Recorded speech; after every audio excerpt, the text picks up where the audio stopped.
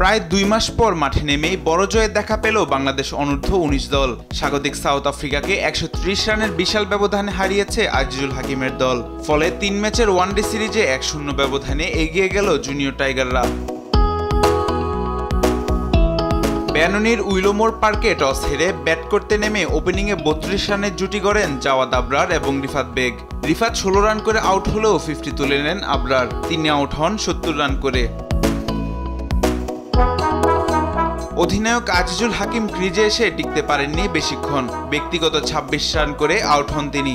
এরপর ৯৯ রানের বড় জুটি গড়ে দলকে ভালো সংগ্রহের দিকে নিয়ে যান রিজান হাসান এবং মোহাম্মদ আবদুল্লাহ। তাদের জোড়া 50-তে শেষ পর্যন্ত ৬ উইকেটে ২৮৫ রানের লড়াকু সংগ্রহ পায় বাংলাদেশ।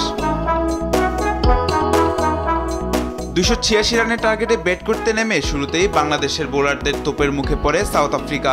দলীয় ১০০ রানে ৬ উইকেট হারায় তারা। এরপর আর বেশি দূর এগোয়নি প্রোটিয়া যুবাদের ইনিংস। শেষ পর্যন্ত মাত্র ১৫৫ রানেই গুটিয়ে যায় তারা। বাংলাদেশের শাহাদিন ইসলাম এবং ইকবাল হোসেন ৩টি করে উইকেট নেন। মাহবুব তামিম, স্পোর্টস ডেস্ক, দেশ টিভি।